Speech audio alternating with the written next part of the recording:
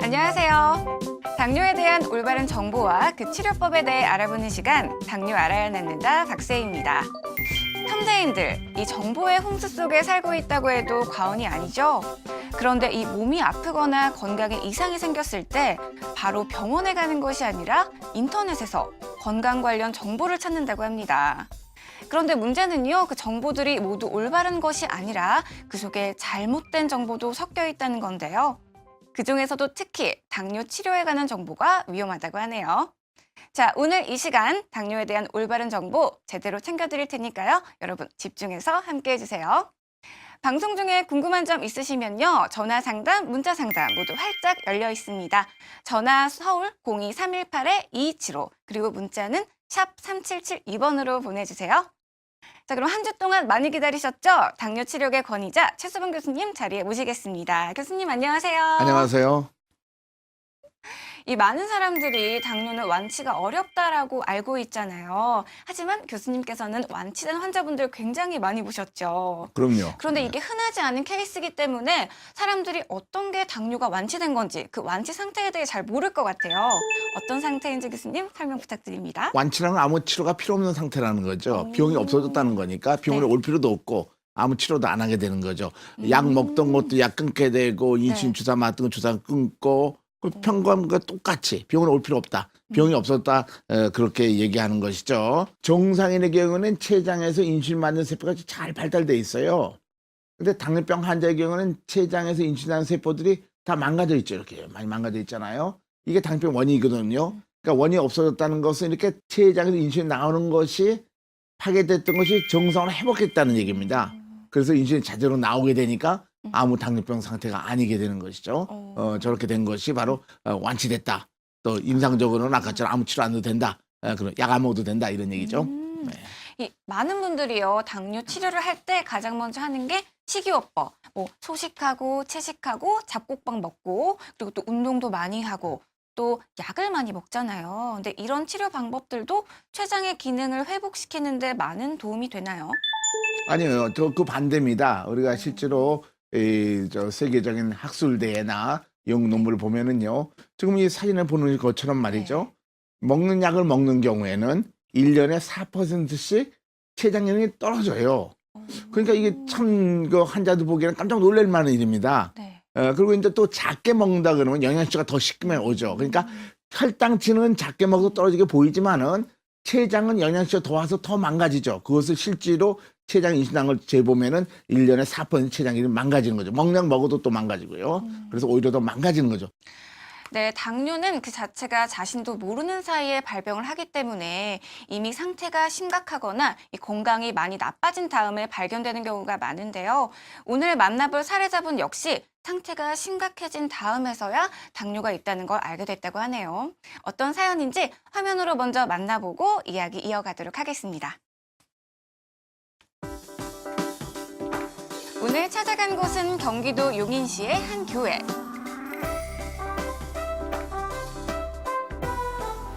할렐루야, 반갑습니다. 어서 오세요. 한눈에도 활력이 넘쳐 보이시는 이분, 김준성 목사님을 소개합니다. 김준성 목사님은 수십 년째 목회 일을 해오고 계신데요. 그렇다 보니 많은 설교와 기도 준비 때문에 일주일이 잠잘 시간도 모자랄 만큼 바쁘게 돌아가고 있다고 합니다.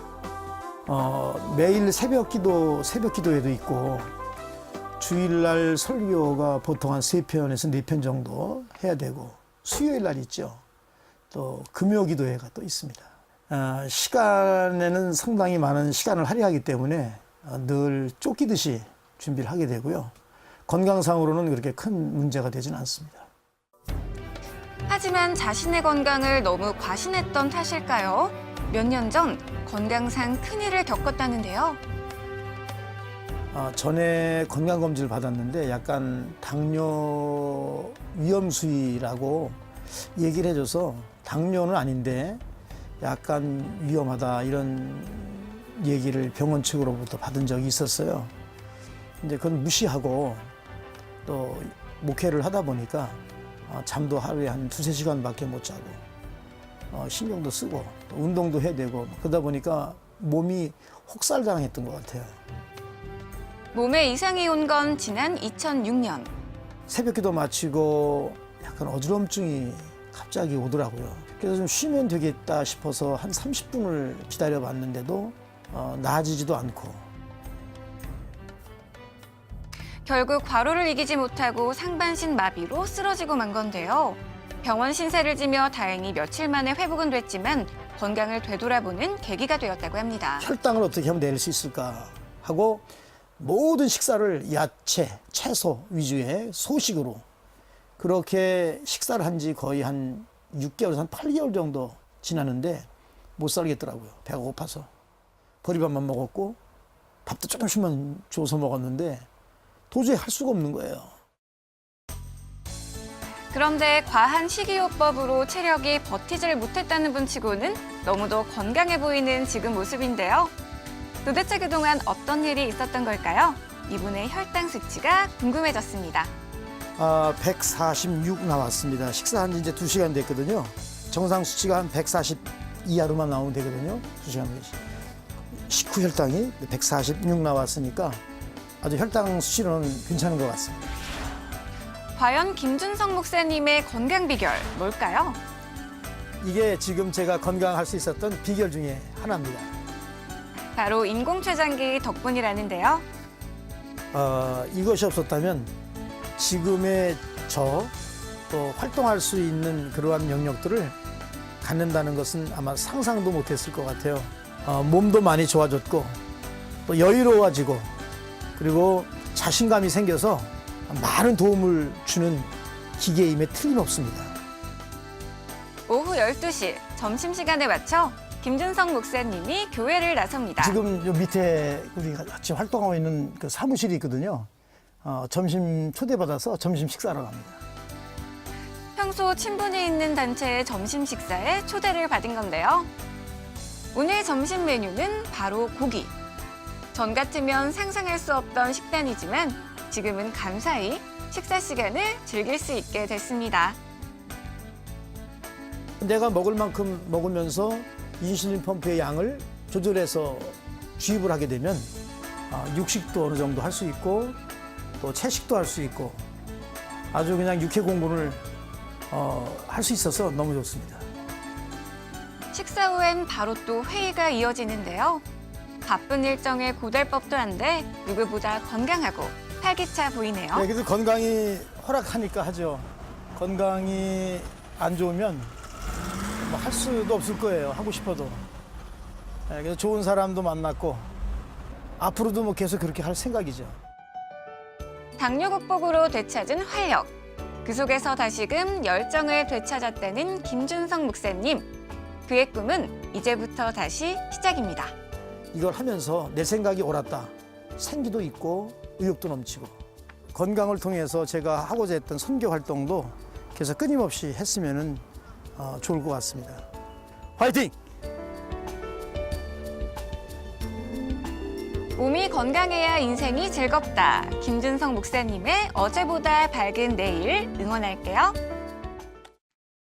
네, 화면을 통해 만나본 김준성 씨. 평소에 건강에 대해 굉장히 자신감이 넘치던 분이셨는데요. 이 어느 날 갑자기 상반신 마비로 쓰러지면서 병원에 가서 검사를 해보니 당뇨였다고 하시네요.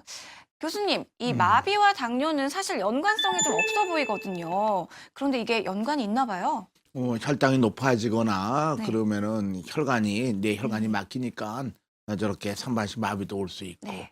또 혈당이 높으면은 이제 또 그런 일이 있어요. 신경합병증이 와가지고 오. 그런 사람들 가끔 있습니다. 네, 당뇨 치료의 정석이라고 하죠. 이 채식과 소식 위주의 이 식이요법, 그리고 약물 치료. 오늘 사례자분 역시 그렇게 치료를 해오셨는데 점점 체력도 나빠지고 몸도 허해지고 결국에는 스트레스로 병원을 다시 찾으셨다고 하셨어요. 이 교수님 같은 경우에 이런 환자분들도 굉장히 많이 보셨을 것 같은데 이런 케이스로 교수님을 찾는 분들이 많은가요? 네, 많아요. 그러니까 당뇨병을 이제 원인을 잘 모르고 네. 혈당만 떨어뜨리기 위해서 식이요법을 열심히 한다든가 오. 식이요법이 작게 먹는 거거든요. 네. 그러니까 영양실조가 오죠. 그러니까 혈관도 나빠질 거고 쓰러지고 그렇게 되죠. 또 기운도 없어지고 네. 무조건 혈당만 떨어뜨리겠다. 그래서 들어가는 포도당을 작게, 그러니까 식이요법하고 작게 먹고 운동 많이 하고 그럼 오히려 더 몸이 나빠지는 경우를 많이 봅니다. 이 목사님도 그러셨던 것 같아요. 네. 네. 이 분명히 병원에서 시키는 대로 열심히 철저하게 관리를 했음에도 불구하고 이 건강상의 효과가 없고 차도가 없을 때 많은 환자분들이 좌절하실 것 같습니다. 물론 개인의 체질과 건강 상태에 따라 차이가 있겠지만 기존의 치료 방법과 인공차상기 치료 어떤 점이 이 치료 원리가 다른가요? 네. 뭐, 이 목사님도 보니까, 이분도 보니까, 굉장히 건강해졌죠. 그래서 이분도 가만히 보면은요, 인슐린 들어간 양이 점점 줄어들고, 인슐린 펌프로 치료하면, 이게 인슐린 펌프 치료하면은 췌장 기능이 회복하게 돼요. 그래서 인슐린 양이 점점 줄어들어가지고 치료 없는 상태까지 발견되고, 또 그 원인은 뭐냐 하면은, 당뇨병의 원인인 췌장 기능이 부족해가지고 식사 때마다 인슐린 적게 나오는데, 그것을 지금 중간처럼 인슐린 이런 식으로 정상 똑같이 공급해줘요. 근데 당뇨병 환자는 그것이 조금밖에 안 나오죠. 그리고 인슐린 주사 방법은 왜 큰 원천으로 이런 식으로 주사 받으니까 패턴이 맞지 않죠. 콜보이나가 패턴이 굉장히 중요한 건데 패턴이 많기 때문에 저혈당, 고혈당 와서 안 조절 안 되는 거죠. 그래서 인슐린 펌프 치료하게 되면은요, 당화 혈색소가 3개월부터 6.5% 유지합니다. 어디 우리뿐만 아니라 다른 나라도 그렇게 보고를 해요. 그래서 혈당이 정상화돼 합병증이 안 오니까요. 그래서 그걸 다 알려져 있습니다. 아주 훌륭한 치료다라는 것이 세계적으로 많이 알려져 있죠. 네. 네, 해외에서뿐만 아니라 국내에서도 이런 연구 결과에 대해 많은 분들이 꼭 아셨으면 좋겠네요. 자, 다시 사례자분 이야기로 되돌아오 보면요. 이 김준성 씨 같은 경우 과로 때문에 당뇨가 발병한 것 같다 이런 말씀을 하셨거든요. 근데 사실 요즘 현대인들 과로하지 않는 분들이 없습니다. 이 과로가 당뇨의 원인이 될 수 있나요, 교수님? 그럼요. 과로하게 되면은 네. 인슐린 장력이 떨어지니까 인슐린 많이 부족 상태 되고 그것이 고착화 되면은 네. 고혈당이 계속 지속되는 당뇨병 상태 되죠. 그 피로하거나 스트레스 많이 계속 받는 게 문제죠. 스트레스 많이 받고 불안하거나 잠 못 자거나 뭐 그런 보통 스트레스 그런 것들이 당뇨병의 많은 원인이 됩니다. 네, 역시 스트레스 만병의 근원이라는 말이 정말 정답인 것 같습니다. 너무 과로하지 마시고요. 자신을 돌아보는 시간 많이 가지셨으면 좋겠어요. 그럼 이쯤에서 저희 앞으로 온 문자 사연 하나 소개해 드릴게요. 네, 1033님께서 보내주셨습니다. 당뇨 때문에 혈당 관리한 지 1년이 됐는데요. 최근 병원에 가서 검사를 받아봤더니 당화혈 색소 수치가 아직도 높게 나왔더라고요. 당화혈 색소 수치가 높으면 합병증이 바로 오나요? 겁이 나서 어떻게 관리해야 하는 건지 걱정이 됩니다. 라고 보내주셨습니다. 이 당화혈 색소 수치 때문에 굉장히 걱정이 많으신 것 같아요. 이 당화혈 색소 수치가 합병증과 또 바로 연관이 되기 때문에 걱정이 크신 것 같은데 교수님, 당화혈 색소 수치가 어떤 건지 무엇 때문에 관리를 잘 해야 되는지 설명 좀 부탁드립니다. 네, 당화 혈색소라는 것은 이제 혈색소, 이게 헤모글로빈이에요. 뭐 혈색소에 포도당이 당하는 포도당과 결합된 혈색소, 그 당화 혈색소라고 그러는데 혈당이 높으면은 이 혈색소가 많아집니다. 이게 퍼센트를 표시하는데 그러니까 헤모글로빈 100개 있는데 그중에 100개 중에 당화된 혈색소가 6%다. 그럼 6%. 대개는 정상이 6%가량이죠. 이 당화 혈색소를 보면은 장시간 혈당치가 어떠냐를 한 번 수치로 보는 거니까 지금 그림 것이 6%가 정상인데 6에서 7, 8, 9, 10 올라갈수록 망막증, 신장증, 요단백 이런 합병증이 점점 증가하죠. 막 10배까지 증가합니다. 그래서 당화 혈색소가 높으면은 앞으로 합병증이 올 가능성이 있구나 생각할 수 있죠. 그렇기 때문에 굉장히 걱정을 많이 하게 되는 것도 사실입니다. 당화혈 색소 수치가 이 합병증의 위험을 판단할 수 있는 지표라면 그럼 이 수치에 따라서 나에게 어떤 합병증이 오는 건지 미리 알 수도 있을까요, 교수님? 그럼요. 통계적으로 보면은 당화혈색소 높은 환자들은 당뇨병 여러 합병증, 망막증, 신장증, 신경합병증 등의 합병증이 많이 높다는 것이 알려져 있으니까 합병이 하려면 혈당이 정상화된다. 근데 한 가지 중요할 것은 잘 먹으면서 혈당이 정상화돼야 되는 건데, 근데 너무 적게 먹으면 혈당은 떨어지지만 합병이 또 올 수 있어요. 그래서 정상 체중을 유지하면서 영양을 좋으면서 혈당이 정상화돼야 되는데 너무 심한 식이요법 하게 되면 오히려 혈당은 정상화돼 당화혈색소는 정상이지만은 여러 가지 눈의 망막증, 신장합병증 있는 경우를 많이 보게 됩니다. 네, 당뇨하면 떼놓을 수 없는 합병증. 당뇨 자체보다도 이 합병증 때문에 많은 분들이 참 걱정 많으신데요. 이쯤에서 이 당뇨 합병증 왜 발병하게 되는 건지 한번 짚고 넘어가면 좋을 것 같아요, 교수님. 네. 당뇨 합병증이라는 게 우리 몸의 기관의 기능이 없어진 겁니다. 눈에 있는 망막적인 세포가 네. 파괴돼서 죽어서 그런 거, 신장도 신장에 있는 혈관이 파괴돼서 그런 거고, 신경합병도 신경 세포가 죽어서 그런 거죠. 이게 영양실조예요. 그래서 당뇨병 왜 오는 합병증을 잘 봐야 되는데, 좀 며칠 전에 또 한번 산에 올라가 보니까요, 다른 아카시아 나무들은 다 파란데 저 한 그루만 노랗게 됐어요. 그래서 저거 이제 수목, 이제 나무 하는 사람들은 저걸 황화현상이라고 합니다. 저 황화현상의 원인은 뭐냐면 햇빛이 적어서가 아니라 뿌리에서 영양분이 안 올라와가지고 거기 있는 그 세포들이 다 죽은 거예요. 이제 이파리까지 다 파랗게 된 거죠. 노랗게 된 것이죠. 당뇨병의 합병증도 바로 이런 거와 똑같은 겁니다. 우리 세포에는 영양분을 먹어야 되는데 인슐린이 부족하면은 에너지가 안 들어가지고 영양실조가 파괴 오는 거죠. 그러니까 우리가 그 인슐린 작용해서 온몸의 세포가 건강한 영양분을 먹는데 그게 다 없어지니까 온몸의 세포가 오는 거죠. 한 군데 오는 것이고 모든 세포가 다 황화현상 때문에 이제 눈의 혈관 파괴되고 신장도 망가지고 신경도 망가지고 해서 합병증이 오게 되는 겁니다. 즉 당뇨병의 합병증이 온몸에 오는데 그 근본적 원인은 영양실조라는 것을 아셔야 됩니다. 그 원인은 인슐린 부족에 있고요. 네. 네, 교수님과 함께 당뇨 합병증에 대한 이야기 나누고 있는데요. 교수님, 그렇다면 조금 더 자세히 당뇨로 인해 올 수 있는 합병증이 어떤 것들이 있는지, 그리고 또 얼마나 위험한지 이어서 설명 좀 해주시죠. 네. 당뇨병 환자들이 아주 비참해되는 경우가 뭐냐면요. 우리 환자들 그런 사람 많이 오거든요. 눈이 하나도 안 보이는 사람이 있어요. 당뇨병 합병증 심하게. 그래서 태어날 때는 장염 아닌데 이게 시력 장애자가 아닌데 후천성 심의 가장 원인이 당뇨병의 망막증입니다. 실제로 보면 이 시력 장애자에서 당뇨 환자들이 많아요. 그래서 지금 왼쪽에 보면은 이렇게 망막이 살아 있는데 혈관이 망가지면 오른쪽으로 다 이렇게 파괴돼가지고 다 까매지면 망막증이 오게 되는 거죠. 근데 그것뿐만 아니라 혈액수석질의 한 90% 정도, 70% 이상이 80~90%가 당뇨병 때문에 잘 치료 못해서 신장이 나빠져서 혈액투석하는 사람들입니다. 거의 대부분이에요. 그래서 혈당이 높아지면 신장이 못하게 돼서 혈액투석하게 되게 되는 거죠. 결국 당뇨병이라는 건 지금 얘기한 대로 그 신장이나 뭐 다 얘기했지만은 온몸이 다 나빠지죠. 뇌 혈관 장애 와서 아까처럼 좀 쓰러졌다는 것도 그런 건데요. 아까 그분처럼 뇌혈관 장애 중풍이 오게 되고 망막증이 오게 되고 잇몸이 질환이 와가지고 입이 다 이빨이 다 빠지게 되는 경우 많이 있죠. 그다음에 신경합병 팔다리 수치가 아프고 나중에 감각이 없어지게 되고 잠도 못 자게 되고 자율신경 장애 때문에 성생활도 못 하게 되고 다리 절단하게 되고 온몸의 세포가 다 망가지는 것이 당뇨병을 위한 합병증입니다. 예. 네, 머리부터 발끝까지 온몸이 망가지는 두려운 당뇨 합병증. 합병증에 대한 이야기는요, 언제 들어도 참 무서운 것 같습니다.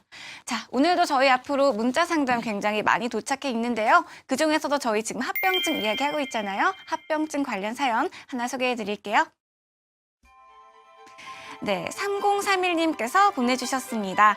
당뇨 판정을 받은 지 10년이 넘었는데요. 계속 당뇨약을 먹으면서 병원에서 하라는 대로 식이 조절도 잘하고 혈당 조절도 괜찮았고 했는데 합병증으로 망막에 이상이 와서 얼마 전에 수술했습니다.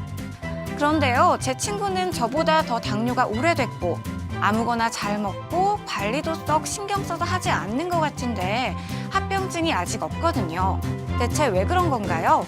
합병증이 잘 오는 체질이 혹시 따로 있나요? 하고 굉장히 걱정이 가득한 사연을 보내주셨네요. 어떤가요, 교수님? 많이 걱정하겠죠. 네. 눈이 이제 안 보이고 그러면 장염될 수도 있으니까요. 네. 또 이분 얘기가 상당히 많이 보여요.